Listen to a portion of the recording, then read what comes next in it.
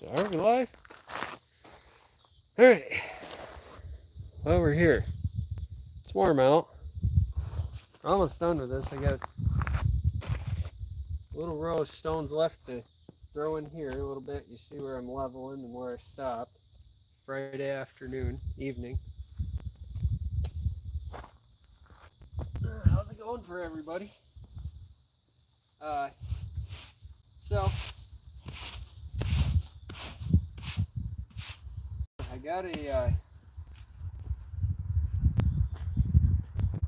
fair that I gotta go hang out at all next week, and I'm not getting paid a lot for it, and it's kind of. I mean, I'm not complaining about this, but let me back you guys up. Maybe get you in the shade where I can see your commentos better. You see the ones that I haven't finished yet. You see they're a different level as I'm sweeping off. I cut those, cut them and chipped them in. So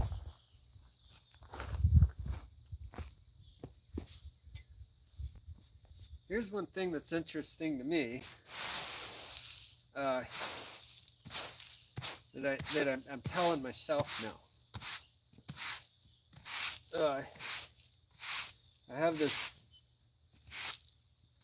this fair to go to, hang out at all next week, and it used to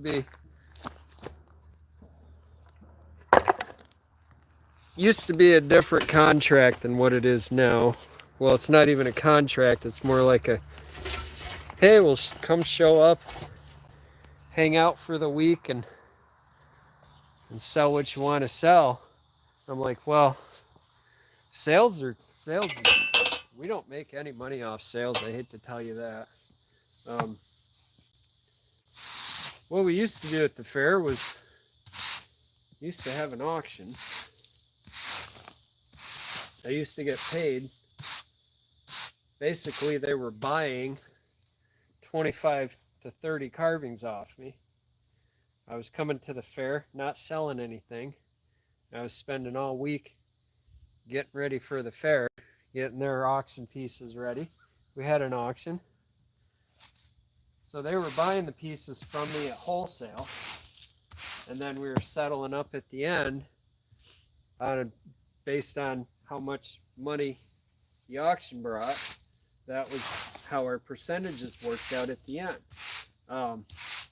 So I was doing pretty good with that for a few years, where it was like I could spend a month getting ready or 2 months getting ready for the fair and spend that week at the fair, walk away from the fair. I could be walking away with $3 or $4 grand in my pocket, or $6 grand in the end if I really did it right, if I played my cards right and helped promote the auction, or had the right pieces to get that kind of money in the auction.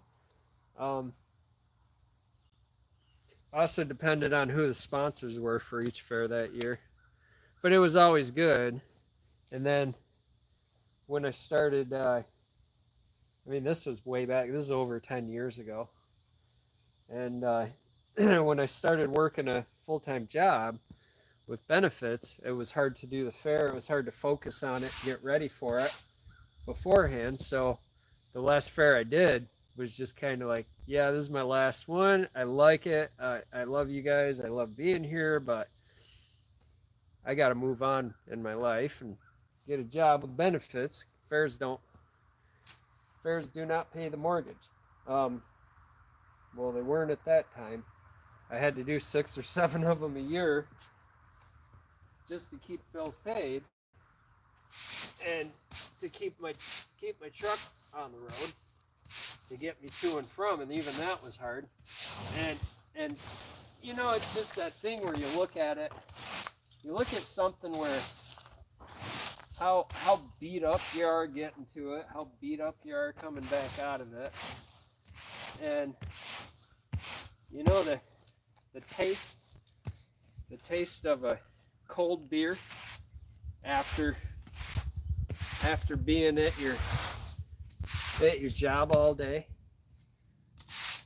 5-6 days a week, and you're making a 800 to $1,000 a week. And this was, like I said, 10 years ago. I was making 700-800 a week at that job.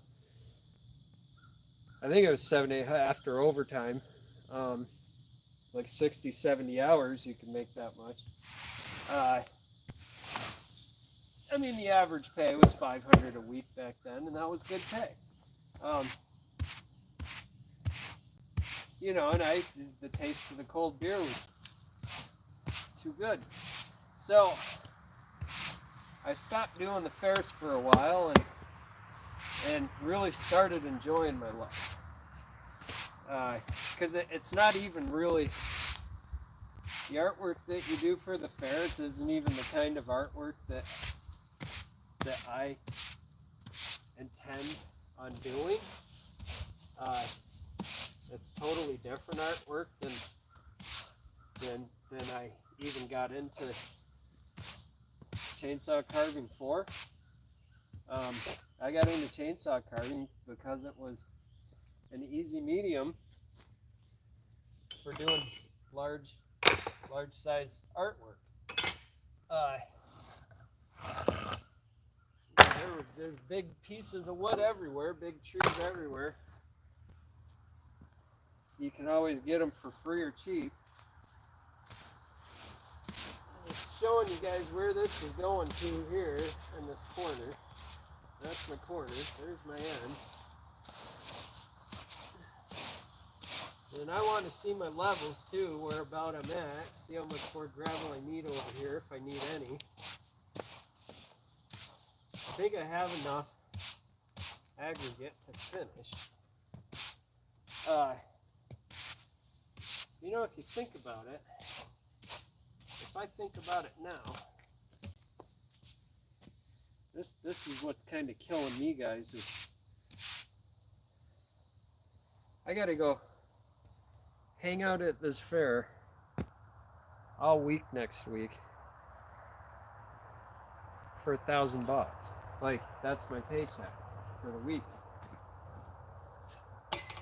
I don't know when I'm getting that money. I don't even know if I'm gonna get it. That was all that they could offer.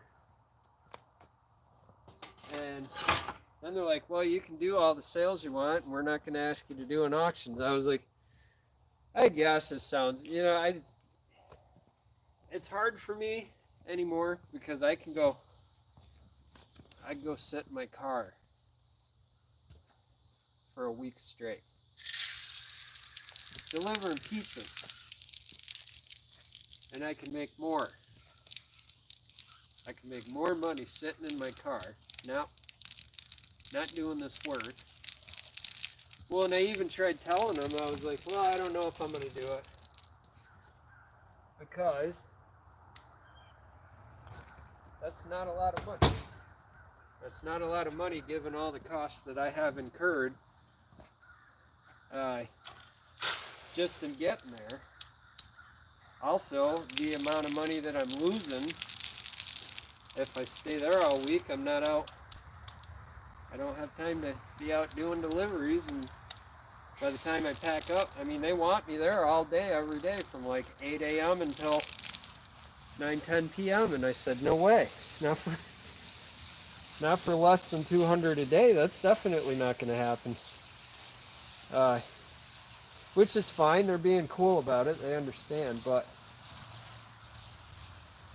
even on these jobs, even on these stone jobs, I'm not making any money at all.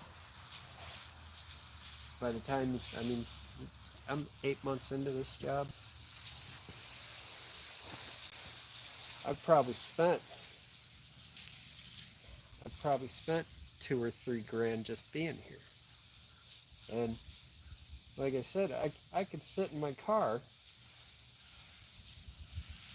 make more money that'll cost me less to get it.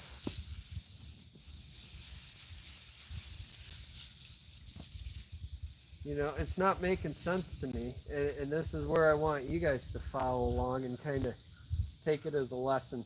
You know, I'm sure you're, because I'm out here and everybody's saying, "Oh, you suck at that job. You're taking forever." When it, well, I'm not making any money at this job, guys. I've been here on and off for over 8 months, and now it's at the point again where I gotta ask the guy for more money because I'm about to take off to a fair with nothing in my pocket because I haven't seen any money from here.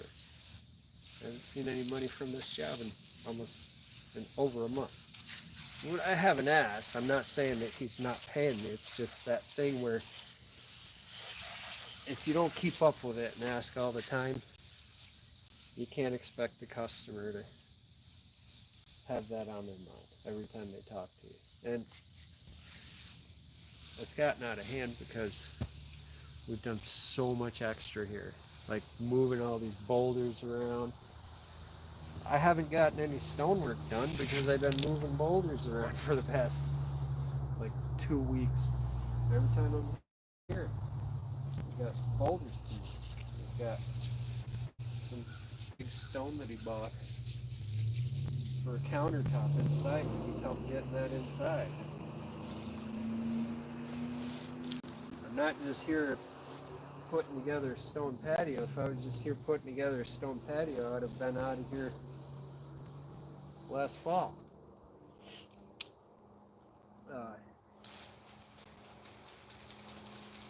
But this is one of those gigs that, like, yeah, it's long term.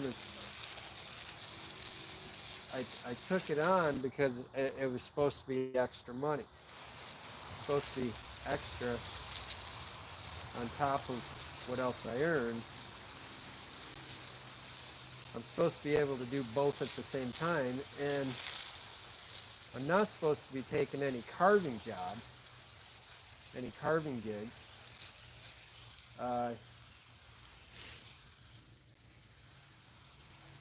I'm not supposed to be having any health issues.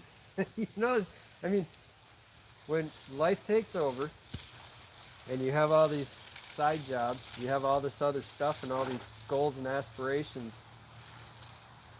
you can't work like you used to. You can't work like you used to think you could work. You weren't even working like that then, because if you're taking side jobs for money, and this is where I warn people, like, if you're going to go into business for yourself, you need to already have money set aside. You can't go into business for yourself to make money. That's not why you do it. You don't make money. You're not going to make money back on that business in years. And what happens? What happened with me was, it was back in the 90s. Back in the late 90s, early 2000s, people saw how good I was at doing stonework and how much I liked doing it. Just like the chainsaw carving too. Like, oh yeah, I'll pay you to do it.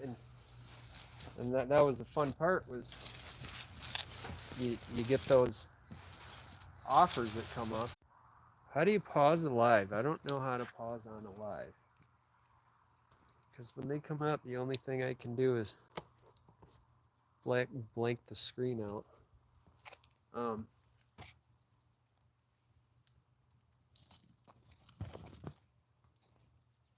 Yeah, like I was saying, if you guys you're gonna go into business for yourself,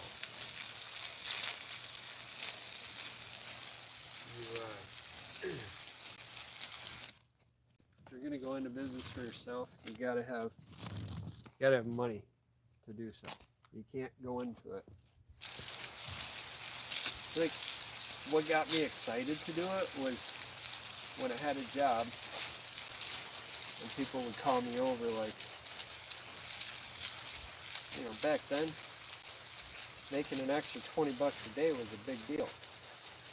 Like, yeah, I worked five hours for $20. You know, like, you could do it back then. I'm not joking. Well, it's like, you know, you'd make more than that. But back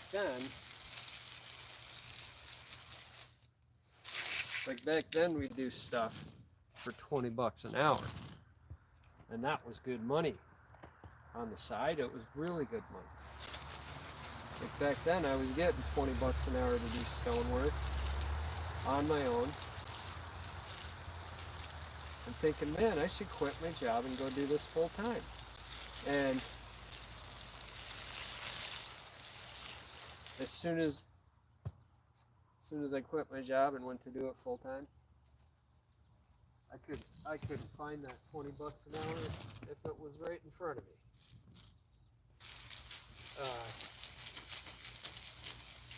So it's really hard.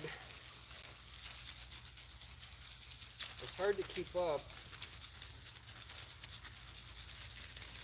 just on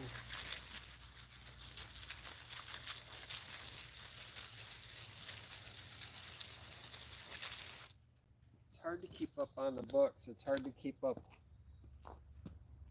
with asking for things. It's hard to keep up like good relations.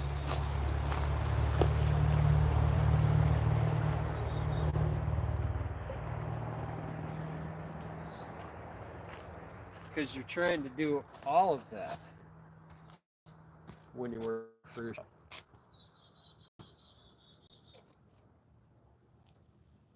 You're trying to manage everything. And it's hard to do.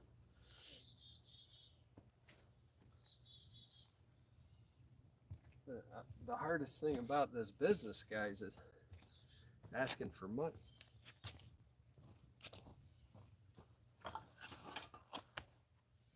For me, that's the hardest thing for me ever. I mean, up front with some people will ask me how much, and I'll say, well, you know, $1 million would be great. You know, like,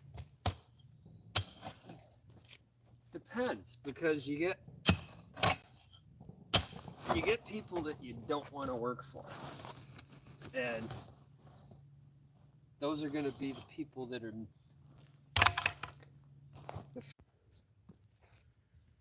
all right, so we're getting the big one in. So yeah, the hardest part of any job for me, guys. Please don't kill me, big stone. Please don't squish me. It's like the rabbit under that big old trap. You know, I like using my hands, but in this case, probably can sit here and use the shovel. Hardest part of any job, especially when you have a project that you want to be on, and you have a customer that you like being around and like dealing with. Hardest part of that is asking for money. And like I was saying, like I've had the ones that I don't want to work for because I know that they don't want to pay to begin with. And when they ask me for something, I give them a ridiculous price. And then if they take that price, I still try to find ways to weasel out of having to do the job, which hardly ever works. If they're bugging you and they say what they want, usually you don't get out of it. But I've actually had those jobs where the homeowner was trying to chisel me really hard to give them discount on everything, and I was like, I'm not here to give out discounts. If I was, that would mean that I have everything I need at my house, and I don't. So the whole thing is if you're in business for yourself, that's almost right where it needs to be. I got to come up a little. If you're in business for yourself, you got to be in it to make some money. That's the hardest part of this. The easy thing, and I tell my customers this, right?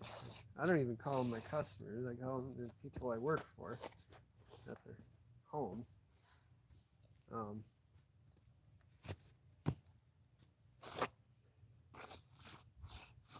Easiest way to make money is to go and contract to a company that sends you orders. You fulfill the orders, and you get paid per order. Easiest job on the face of the planet. I love that job. Always gonna love it.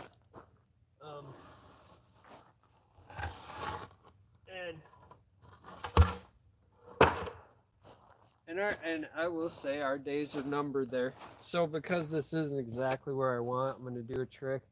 You line it, you pile around it, then you lift it up to the height where you want it, stamp that down a little bit, then lift the entire stone and fill in the middle. Our days are numbered with the food delivery thing. People think that's like the greatest. I mean, I think it's the greatest thing in the world, but as far as making money, it's easy. It's great. It's a fun job if you can keep your car running. That's the hardest part. Other than using the phone all day, which I don't like doing, but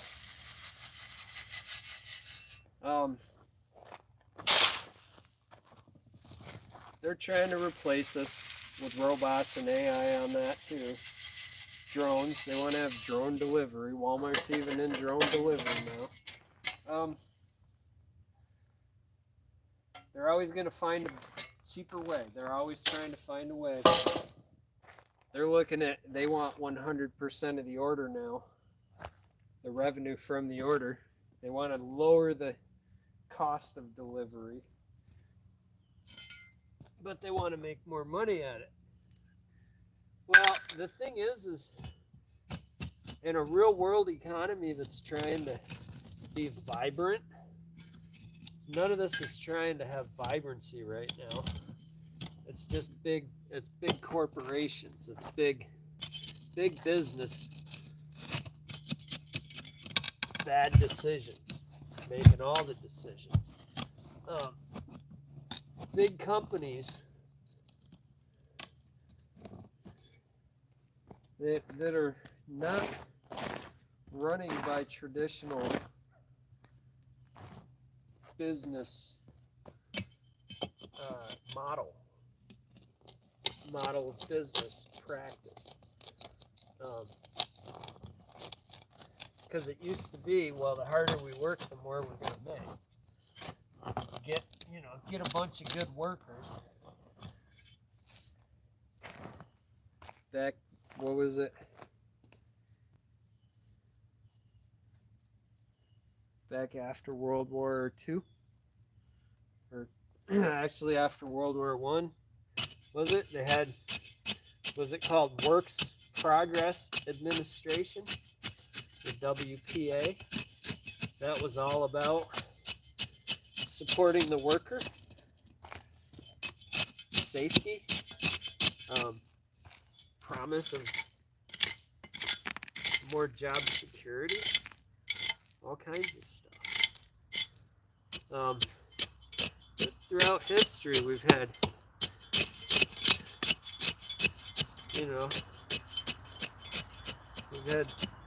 people try to support the working class. And then we've had people still who hate the working class, and they think the working class is a big problem.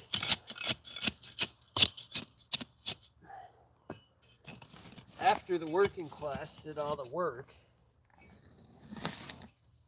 that built those factories, the big factories want to get rid of all the workers because they cost too much. It costs too much to feed them and promise them benefits and good jobs and health and care for them. They don't want to do that. So they just want to get big and dump everybody. At least that's how it is now.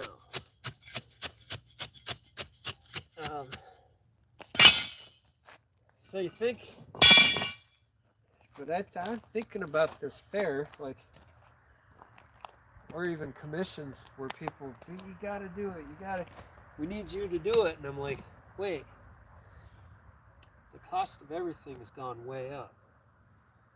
How come everybody's paying less for my work? You know, like,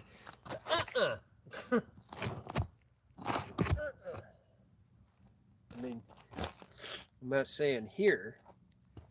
Here is where, this is one of those where I'm getting paid for my work.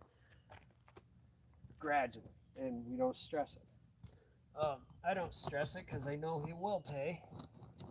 And I know that he's really good to all of us who works here for him.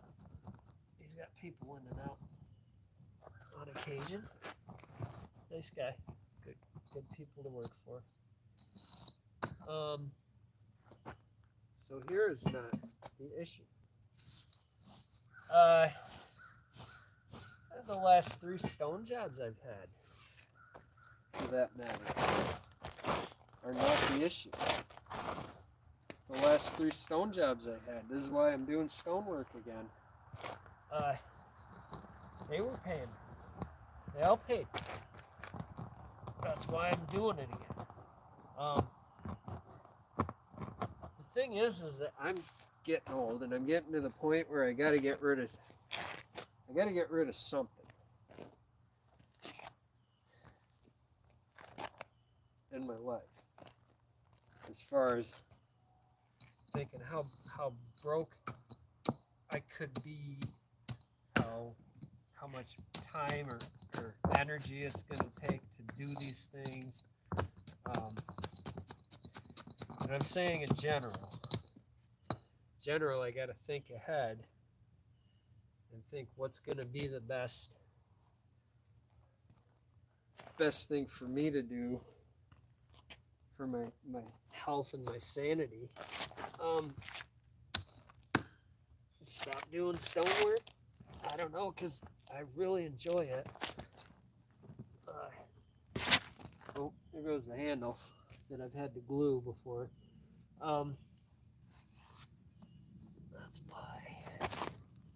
That's why I need lifty grits.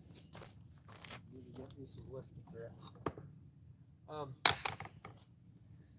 But just in general, something's got to give, guys.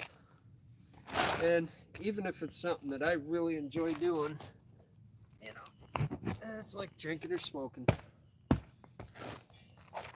Might have enjoyed it your whole life, never thought it was hurting you.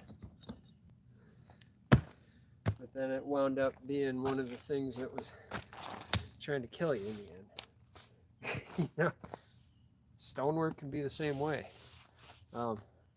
Artwork can be the same way. Just because you're good at it doesn't mean that you're going to make money at it. So this is about the level I want to be at. Close. And because I'm trying to get this section done before I disappear for a week. And see, that's the thing. I'm thinking, what's really bothering me? What's really taking it out of me? It's not this. It's not these kind of jobs, because because you can be in and out of jobs like this all summer. You can have a handful of small repairs or house calls, visits, maintenance. You can have a handful of that stuff lined up. You can get to it as you can. You can enjoy it. You can have a good time with it, and you can make money doing it. So that's where you're kind of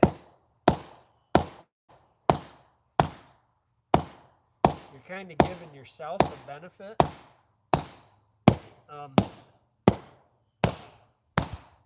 Because on that kind of stuff,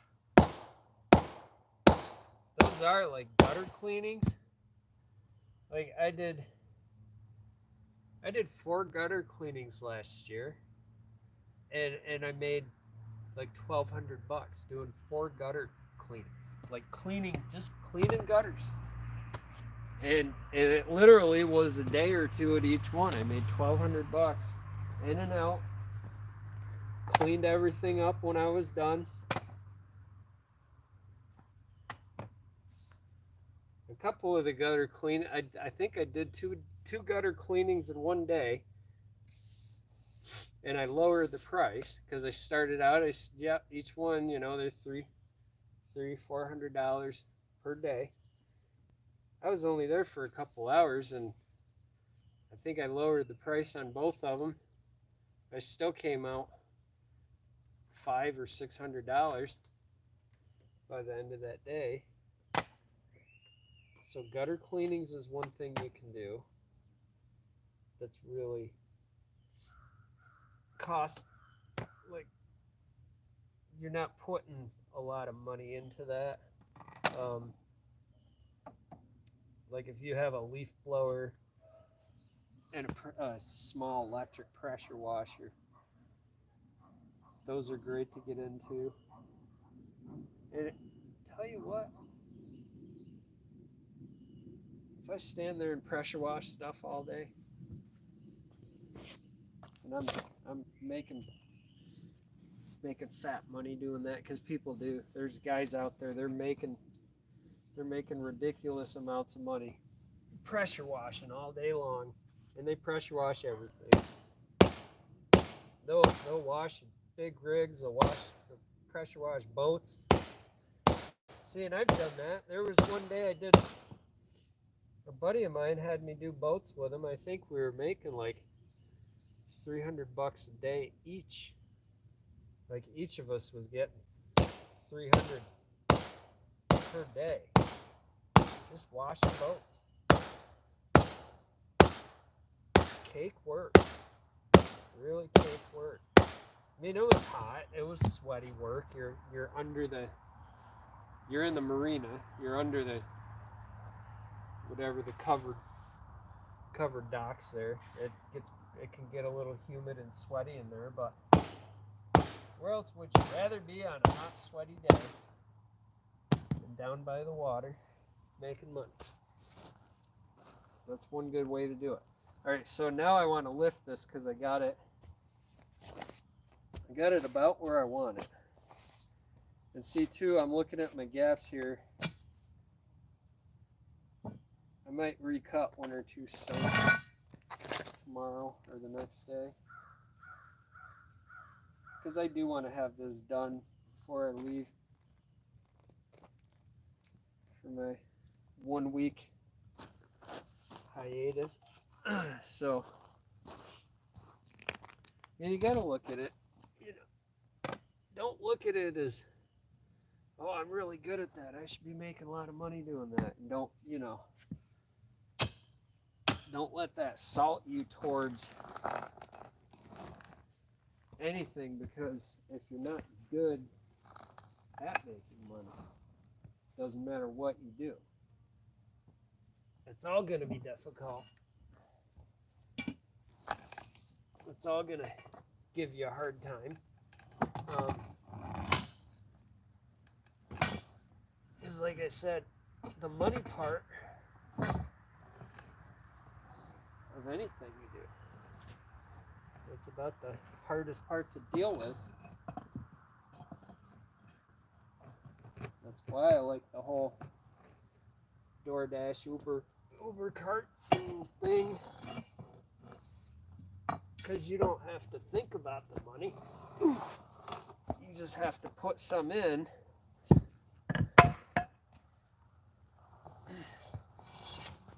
And then you go chase. Alright. Got you there. It's a big stone.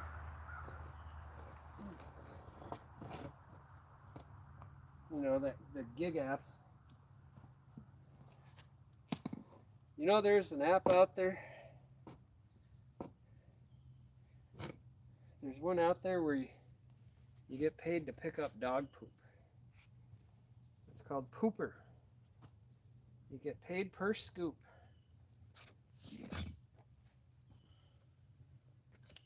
So, man, what else would I rather be doing all day besides just going around just with a scooper thing and a little rake, a little claw thing, put it in a bucket, take pictures of how much you scooped or what. I don't know how it works because it's not around here yet, but I'm thinking, man, that's one of those things too, like, it's going to be hard to find a robot to do that job well, because there's going to be times, there's going to be some piles that you can't just pick up and run away with. I used to have dogs, and I know the logistics of what happens when you get busy and you can't pick up after them all the time, and then you got to call. you gotta have somebody else do it for you. But you see where the rim, I'm just trying to level roughly off to about where that was. And we're already low on gravel again. Well, we're supposed to be getting more here sometime this week or next. So that'll be here when I come back. But hopefully, well, I'll just steal from up above. There's a whole other spot. But it kind of gets me with this fair, because they're like, well, it's going to be a great time. We really need you to do it. And I'm like, yeah, that's great that you really want me to do it, but I'm coming to entertain your crowd.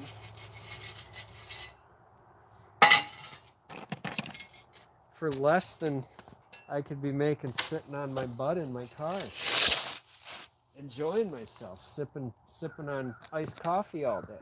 You know, like, there's some jobs that I don't mind doing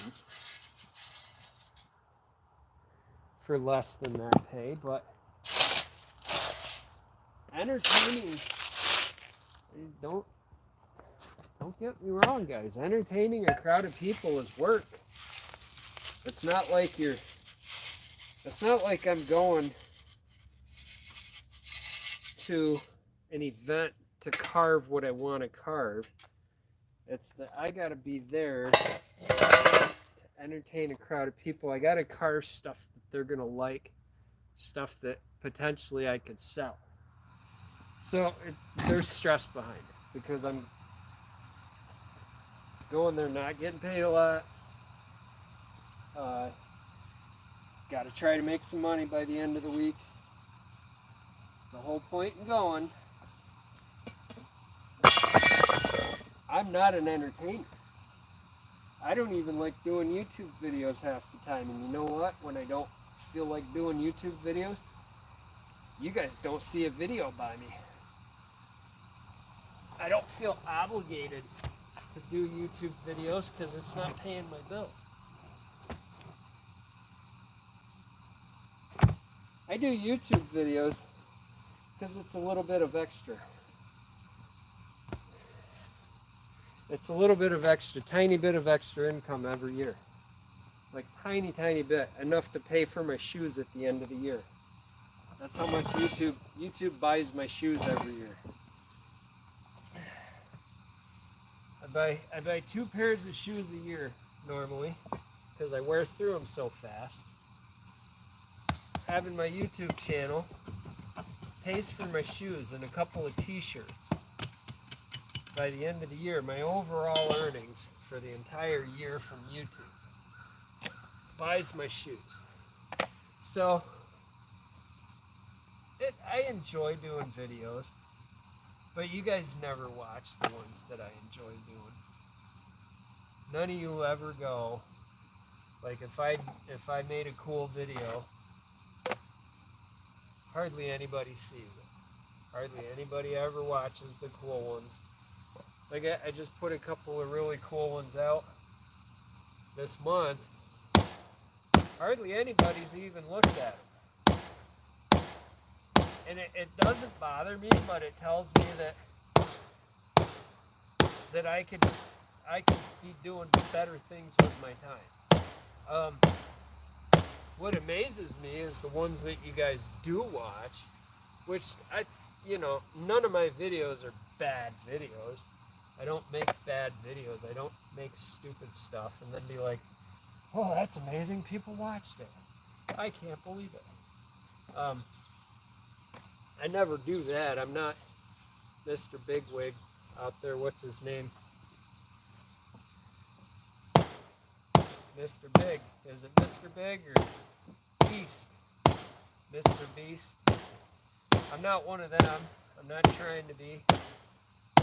I'm not that smile more guy.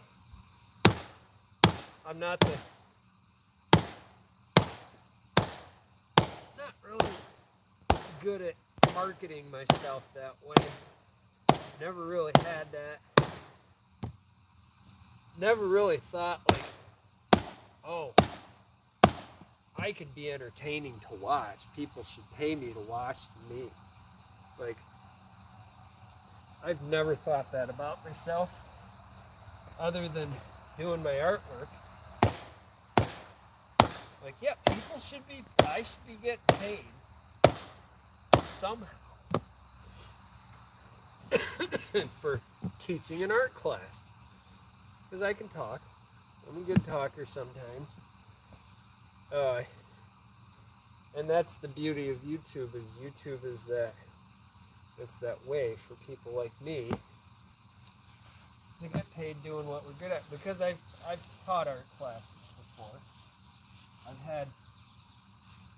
had students in the past, many, for different programs. I've taught carving to some extent or another, like on a very, very beginner level, like just as a fun community project thing, like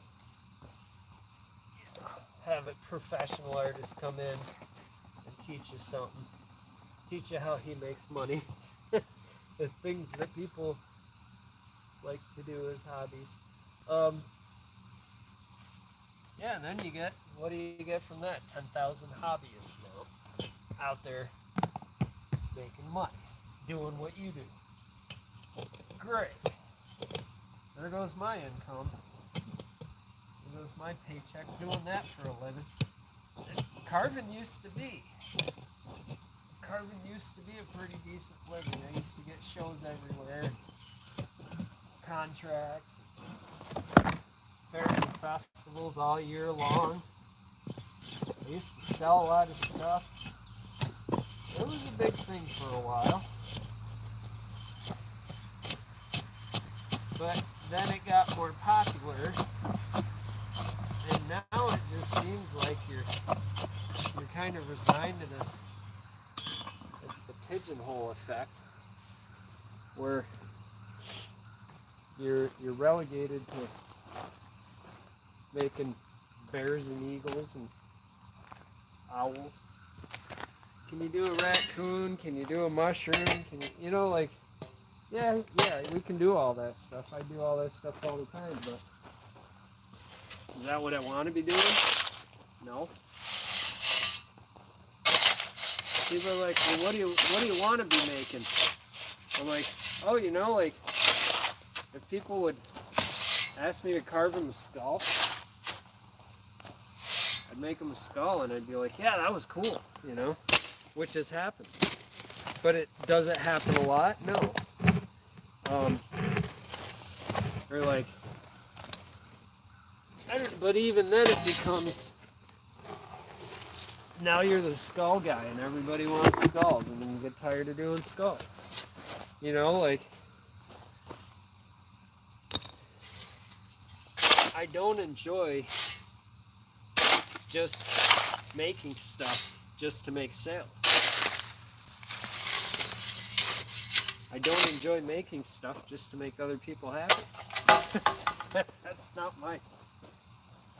it's not why I got into art. I got into art because I liked art myself.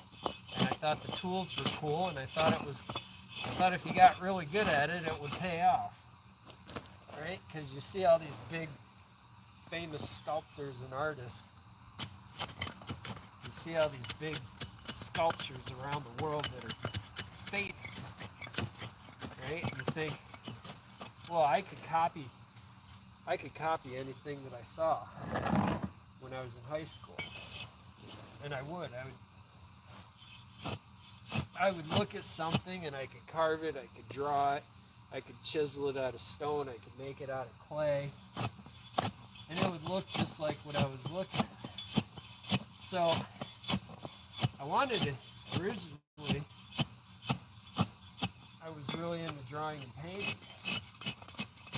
I mean, I liked sculpture, I thought it was cool. And I really liked the tools, and I liked the dirt of the shop, but that I never started out with.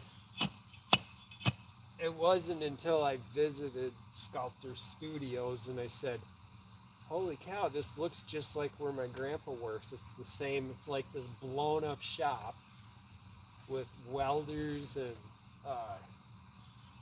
lathes and end mills and all kinds of, band saws and table saws, drill presses. So that's what I saw at the sculpture. I was like, this is like a big garage. This is awesome, because that's what I grew up around. I never put two and two together. I mean, it wasn't really until I saw my first video of a guy doing a sculpture, and he's there with an air hammer, and I was like, that's what I want to do. And my parents were like, well, you want to make sculpture like that? I don't understand it. I don't know what it is. I said, no, I want to use the tool. I want to chisel on big stone with one of those tools. They're like, well, what are you going to make? I said, I'll make anything. Anything that I draw, I can make out of sculpture. So that's what really got me into it, was the interest in art. And now it's like, the chainsaw carving is great, but it's a hobby. It's a hobby art. It's like, you can do finer art doing it, but it's not typically pigeonholed as a fine art. And my goal, I mean, there are other carvers out there who do only wood carving, and they've got their wood carvings in galleries all over the world. And that's kind of my goal, is to get more in the gallery work, but not just as a carver. Mine is more, I've always had this certain eye with stone and wood together that I want to do. I never get to do the projects I want to do. And I say that every day. I say, I never get to do anything and I wake up every day and I watch these videos of people doing what they want to do in their videos, and I look at the videos that I've made where I was doing what I wanted to do, And to me, those are my best videos, which hardly anybody sees. But I enjoyed making the video. I had a good time, and that's why I got into making videos and doing YouTube. You see how this is going in there, under there? I'm pushing. See, as I pile it up, you push, what you're doing is you're pushing grit under here to fill the voids.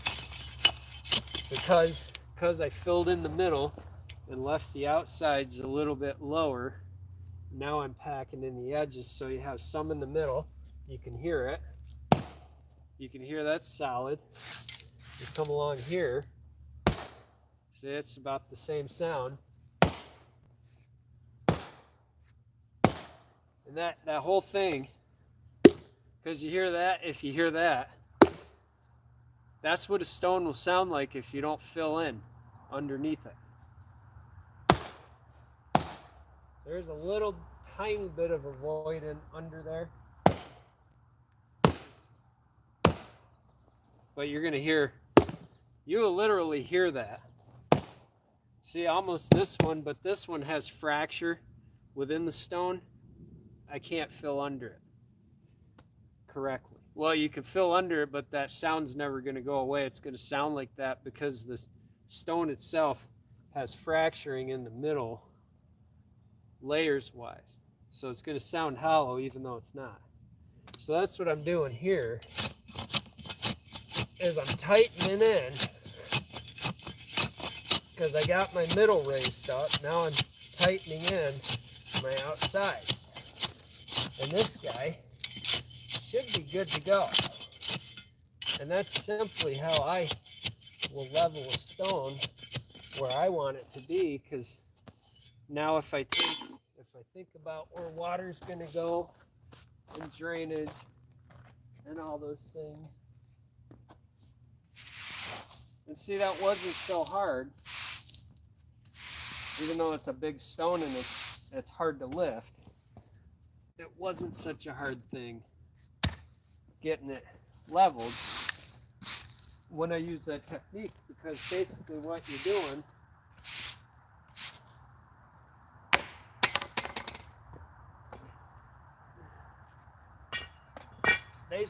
you're doing when you do that, where you go around the edge, you chase it, then you lift it up, then you pack it down, get the stone where you want it, then you lift it, then you fill in your middle, because you have that border to look at while you're filling in your middle. So what I want here, because we're gonna have stairs here and a deck up that way, I want my drainage to go this way here. And it sure as heck looks like we're darn near on the money for that. This stone drops off a little steep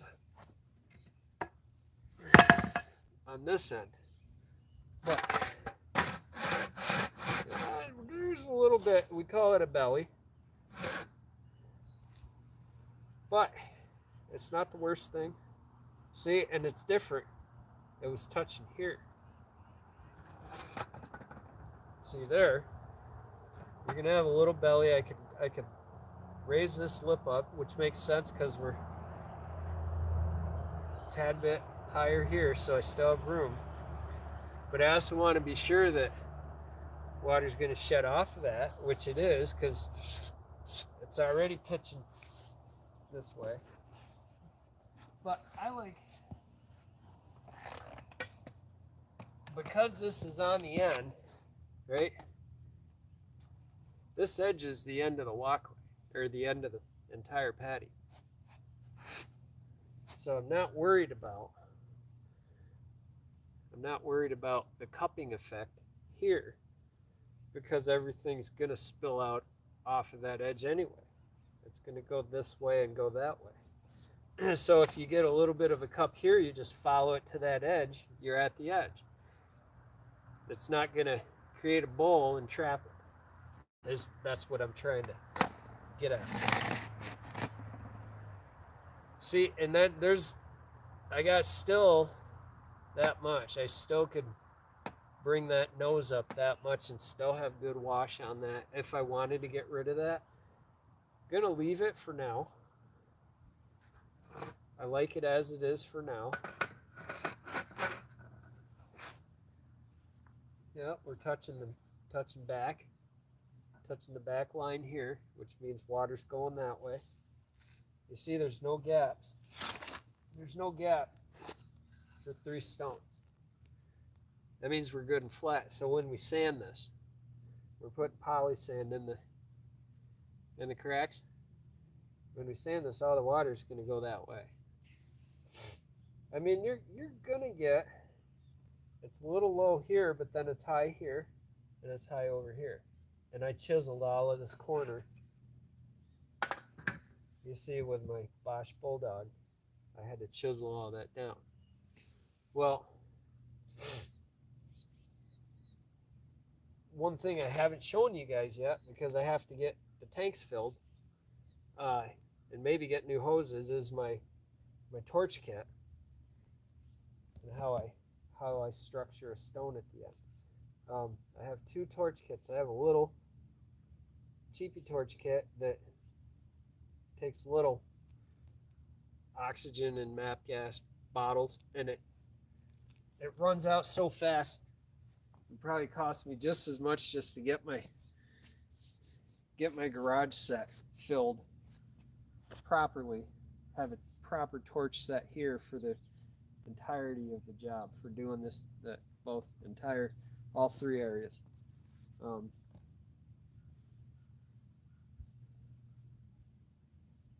So my goal is, when I get back, to get my bottles filled and be able to do this the proper way. And that's fun to watch. It's fun to use. I could actually burn a hole with this through a stone. You can burn a hole through a stone with that torch kit. I mean, you can't just hold it there. The stone will explode. It'll go everywhere. You won't have much stone left. And you'll probably get burnt, shrapnel in your eyes.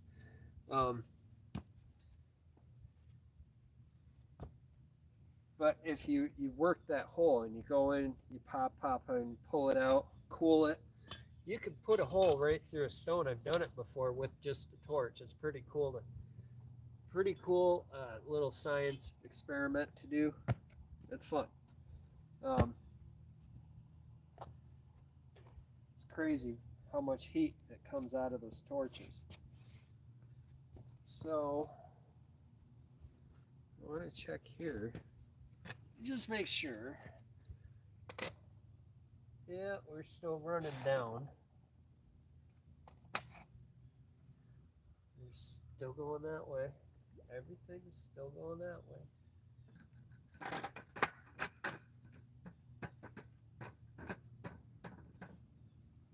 Yeah. Even here, if I look at that bubble, it's pitching. It's high here and going down to there, which is good because that's the end. See, back in here, everything rolls. It comes off of the middle. The middle's high back in here. But as we come here to where the steps are, I want everything going this way. A little optical illusion happening there. So this stone is good.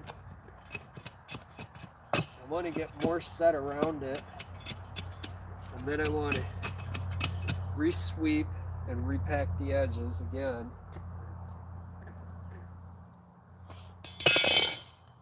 I don't know, it's kind of fun hanging out with you guys on a Friday afternoon, Friday evening. What do you guys think? Any comments? Top messages? Yeah. I don't see anything. Oh, my battery is about to die. So, thanks for hanging out, guys. gotta let you go. Gonna lose my phone battery. We'll talk later. Been fun.